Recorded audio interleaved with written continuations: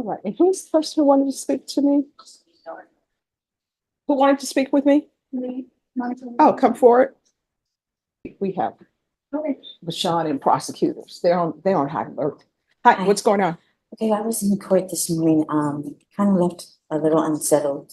I know you had mentioned if there's anything that we need to be successful to come to the court or come to you and request that, so that's why I'm here.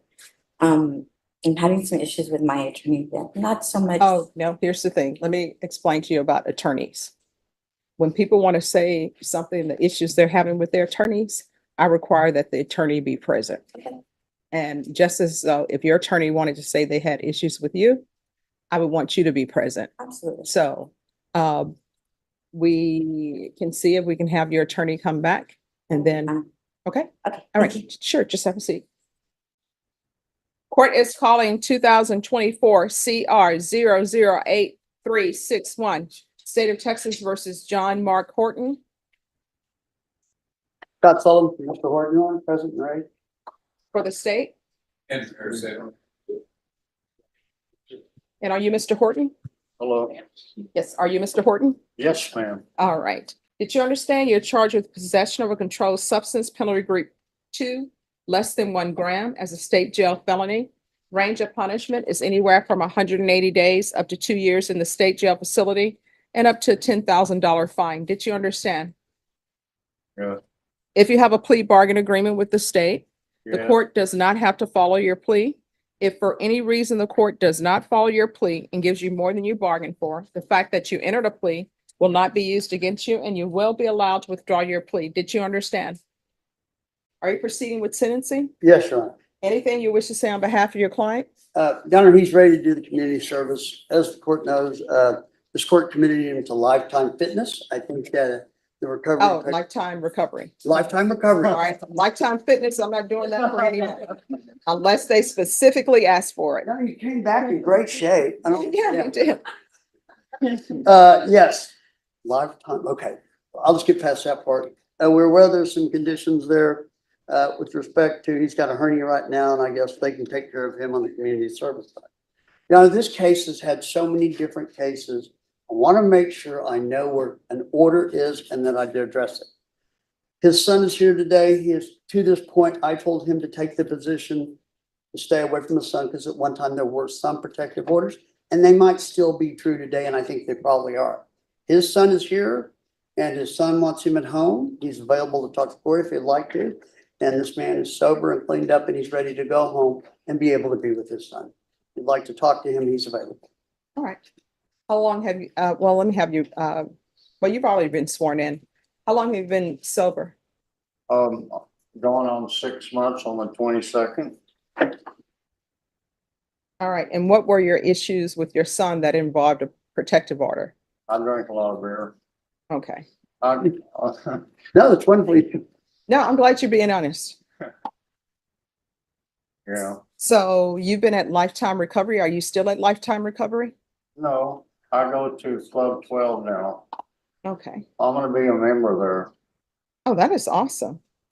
He's So, got and I think it's 120 days he has to go every day. all right, where are you currently living though? No, I mean, is it a My sober house, at your home? yes. And if I could, I'd just put in, while he's been there, his husband, his son has been staying with someone else. Okay. Because he went into that house when he came out of Lifetime about a week ago. And he went there and his son went out. All right. And what's your son's name? Jacob Horton.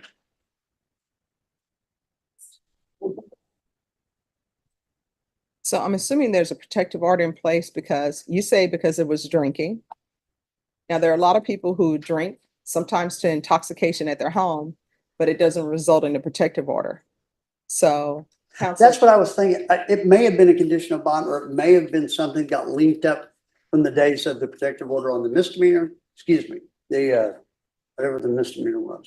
All right, family violence or criminal trial division. Does anybody know about a protective order he has where his son is Jacob Horton? I think it may have been a condition of. I don't know. There was a misdemeanor for violating the protective. I think that's what it came from. Well, if what I can tell you, if the misdemeanor court, if there's a protective order there, you probably need to take it up with the misdemeanor court judge. And I don't think they have. No, I'll check into it for him. I've already cleared up all my cases. This is the only case I have.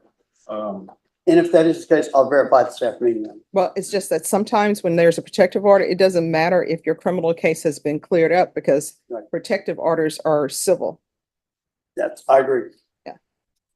And I wasn't So, sure if there was one. I don't know if there's one pending or not, but what I can tell you is I'm not going to allow your son to stay with you if there's a protective order out there. That's a hearing for another day. And I will hustle up and find it. Okay. Okay, please remember, sometimes on that civil stuff, they don't Well, invite us. can I go ahead and just do my 6 months in jail? I'd rather go ahead and just go to jail and get it over with. Mhm. I'd rather do that, ma'am. Well, let me Because just my ex- son and me, Let me explain something to you. he doesn't have even- any place to go. Here's the thing. He's got his brother, but his brother doesn't like him. Don't interrupt the judge. All right, so this is what you need to listen. And I want you to internalize what I'm saying. It doesn't matter if you were to get 6 months in this case and go and do your 6 months time, you know what would still happen? If there is a civil protective order out there, when you got out of jail, that protective order would still be there and you all still would not be able to live together. That protective order doesn't have anything to do with the 187th District Court. It's a civil matter. A civil court probably enacted that. This case is a possession less than a gram case. Okay. I didn't put a protective order on, for you against your son or whatever, because this is a drug case. And there's nothing that would have come to me through a police report that suggests that that you even have children. This police report doesn't mention anything about you having children. All it mentions is that you were day drinking. So, And by the way, Your Honor, you've said this several times, with so many other cases running around, I've never been able to determine that myself. But I can go to the civil side of the court once, and I think I should, and find out how I can advise my client on that. But with respect to this court, as I understand it, there will be no order of well, what I can tell you is if it happens. if there is a civil protective order, and if he violates that, guess what? I'm going to get a motion to revoke, and it's going to say that he broke the law. No, I got time served on that charge, so that protective order went away as soon as I got time served. Okay, here's the thing. Those are two separate matters. I know it was a misdemeanor court 11, and the judge, he gave me credit for time served. All right, but let me just tell you, protective orders are civil. They're not necessarily criminal. They only become criminal when people are violating them. Then you can get a criminal case for violation of a bond or protective order, but they are civil in nature. But whenever I got the assault family bond with my son, they put a protective order. Yeah.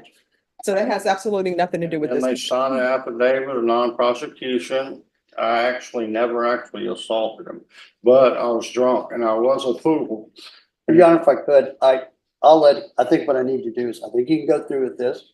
And we've requested not to have that condition here, but we have to honor the conditions of a family court. I will do that for him and advise him specifically if there is or is not one. Okay.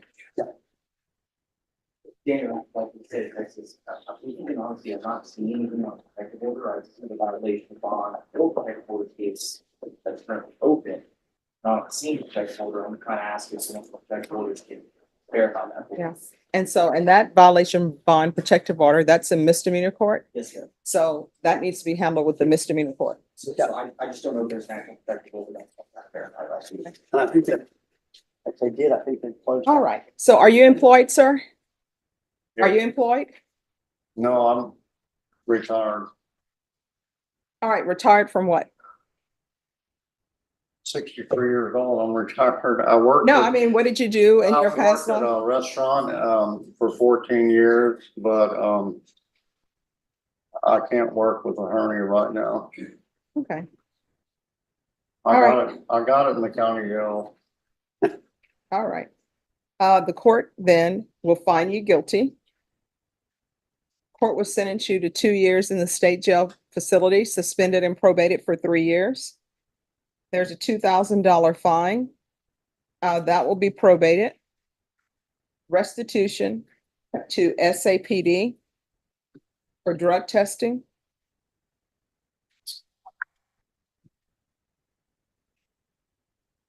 $150 of community service restitution.